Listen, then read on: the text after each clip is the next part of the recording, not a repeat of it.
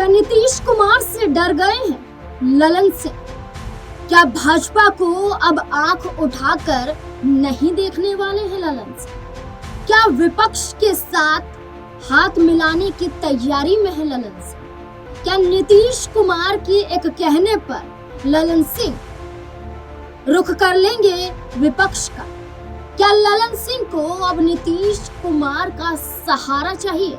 क्या ललन सिंह को अब नीतीश कुमार की जरूरत है? ललन सिंह जो न सिर्फ मुंगेर से जेडीयू सांसद हैं, यही ललन सिंह हैं जो केंद्रीय मंत्री भी हैं। और यही ललन सिंह हैं जब केंद्रीय मंत्री बने तो अपनी शुभकामनाएं दे रहे थे, जहां भाजपा की तारीफों के पुल बांध रहे थे, जहां भाजपा की तारीफों में कसीदे पढ़ रहे थे, तो वहीं नीतीश कुमार केंद्र सरकार से नाराज थे।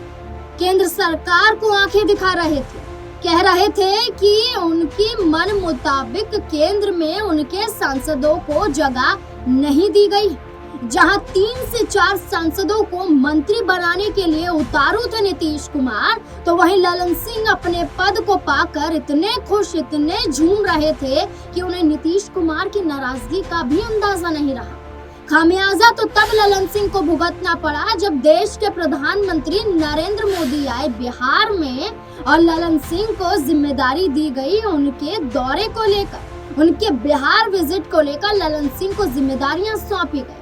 ललन सिंह फूले ना समाये, ललन सिंह तैयारियों में जुट गए, नीतीश कुमार से नहीं पूछ रहे हैं, बीजेपी की मीटिंगों में जा रहे हैं, बीजेपी की मीटिंग का हिस्सा बन रहे हैं। ललन सिंह नीतीश कुमार के आवाज तो छोड़िए, उनसे फोन पर बातचीत करने के लिए समय नहीं निकाल रहे थे।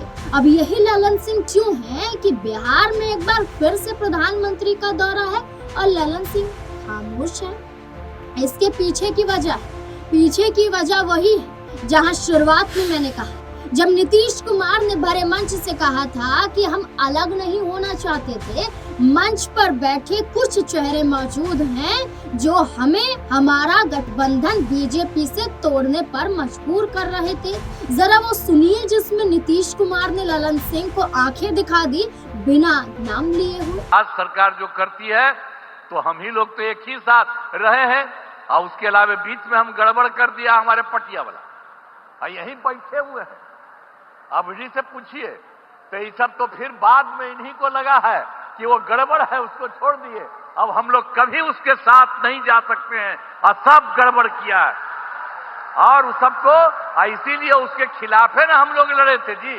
पहली बार 2005 में कितना बढ़िया से लड़े थे, ये तो साथी थे, खूब बढ़े थे, अध्यक्ष थे हमारे पार्टी के, तो इसीलिए एक एक तरह से काम हुआ। और अब तो हम लोग इतना काम कर रहे हैं और सारा काम आप सब लोगों के लिए हित में करेंगे, इसलिए हम लोग यही अनुरोध करेंगे कि अब चुनाव होने वाला है, हम लोग काम कर रहे हैं और आप केंद्र सरकार के द्वारा इतना बड़ा सहयोग हो रहा, सब मिलकर के बिहार। ये वाकया है जब ऑपरेशन सिंदूर के बाद प्रधानमंत्री नरेंद्र मोदी जम्मू कश्मीर नहीं जाते हैं। हमारे देश के प्रधानमंत्री नरेंद्र मोदी कहते हैं आतंकवाद से बदला ले लिया, पाकिस्तान से बदला ले लिया, तो जम्मू कश्मीर जाने की जरूरत क्या है? चलिए बिहार चलते हैं, वहाँ वोट तो बटोर सकते हैं। चल दिए प्रधानमंत्री बिहार दौरे पर। बिहार में पहुंचकर प्रधानमंत्री नरेंद्र मोदी ने अंग्रेजी में पाकिस्तान को मुंहतोड़ जवाब देने का खुला ऐलान कर दिया। इसके साथ ही साथ प्रधानमंत्री नरेंद्र मोदी ने अपनी बिहार में मौजूदगी पेश करके ये भी बता दिया कि भाजपा कितनी सक्रिय है कि देश के प्रधानमंत्री नरेंद्र मोदी इतने संवेदनशील मुद्दे के बावजूद बिहार आना जरूरी समझते हैं। बिहार आए तो प्रधानमंत्री स्वागत में फूल बिछाते हुए ललन सिंह भी दिखाई दिए। कार्यक्रम का आयोजन करने से पहले ललन सिंह ने क्या कहा था? ललन सिंह ने कहा था कि अगर एक भी कार्यकर्ता ने 5-5 हजार लोगों की भीड़ इकट्ठा नहीं की तो अपना टिकट विधानसभा में भूल जाइए। तो अब भूल क्या ललन सिंह अपना केंद्रीय मंत्री पद जाएंगे? क्या ललन सिंह को डर सताने लगा है? क्योंकि जो बयान सुनाया आपको उसमें नीतीश कुमार ने साफ चेता दिया इस बार फिर प्रधानमंत्री नरेंद्र मोदी आ रहे हैं, वो भी आकर जाने के लिए नहीं बल्कि आकर बिहार में सारी जानकारी हासिल करने के लिए, बिहार में आकर एक एक दल को आंखें दिखाने के लिए कि गद्दारी की और अगर सीटों में हेराफेरी की या अपना मन मुताबिक अपना बयान दिया तो मैं यही मौजूद हूँ, यही कैंची से पर कतार सकता हूँ, पर कतर भी सकता हूँ। ऐसा हम नहीं, ऐसा विपक्ष का दावा है। क्यों ऐसा कहा जा रहा है?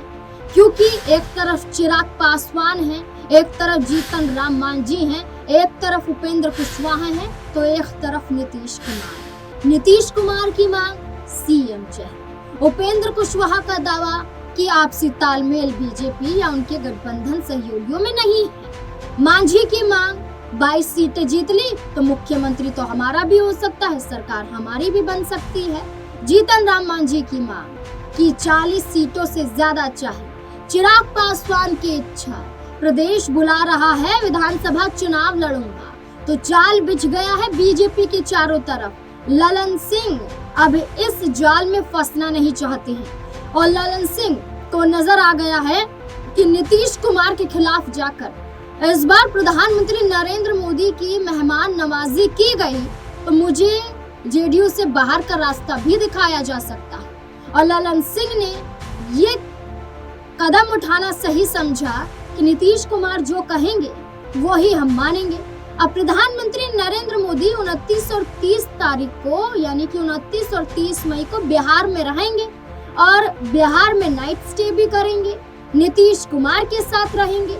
तो ऐसे में ये माना गया कि नीतीश कुमार से गद्दारी ठीक नहीं है, इसलिए नीतीश कुमार का साथ ललन सिंह लेने के लिए तैयार हैं, क्योंकि नीतीश कुमार ने खुले तौर पर चेता दिया था कि सीएम चेहरा मैं नहीं तो बीजेपी से गठबंधन नहीं, और भरे मंच से अपने ही सांसदों को भी चेता दिया था कि मैं आपको भी नहीं बख्श सकता हूँ।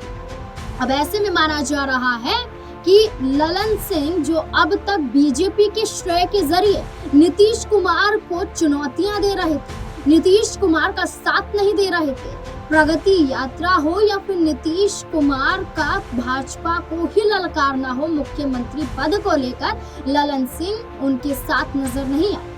अब यही ललन सिंह है जो नीतीश कुमार का साथ देने के लिए खामोश हो गए और यही खामोशी बता रही है कि भाजपा के आगमन और देश के प्रधानमंत्री नरेंद्र मोदी का बिहार दौरे से अब ललन सिंह को फर्क नहीं पड़ता है, क्योंकि नीतीश कुमार ने कह दिया कि इस बार जल्दबाजी दिखाई तो हम आपका पत्ता ही काट देंगे, और ललन सिंह अपना पत्ता जेडीयू से अगर कटवा देंगे तो फिर राजनीति में उनका सफर ही खत्म हो जाएगा। क्या लगता है इस मुद्दे को लेकर आपको? क्या वाकई ऐसा ही हुआ है या फिर नहीं?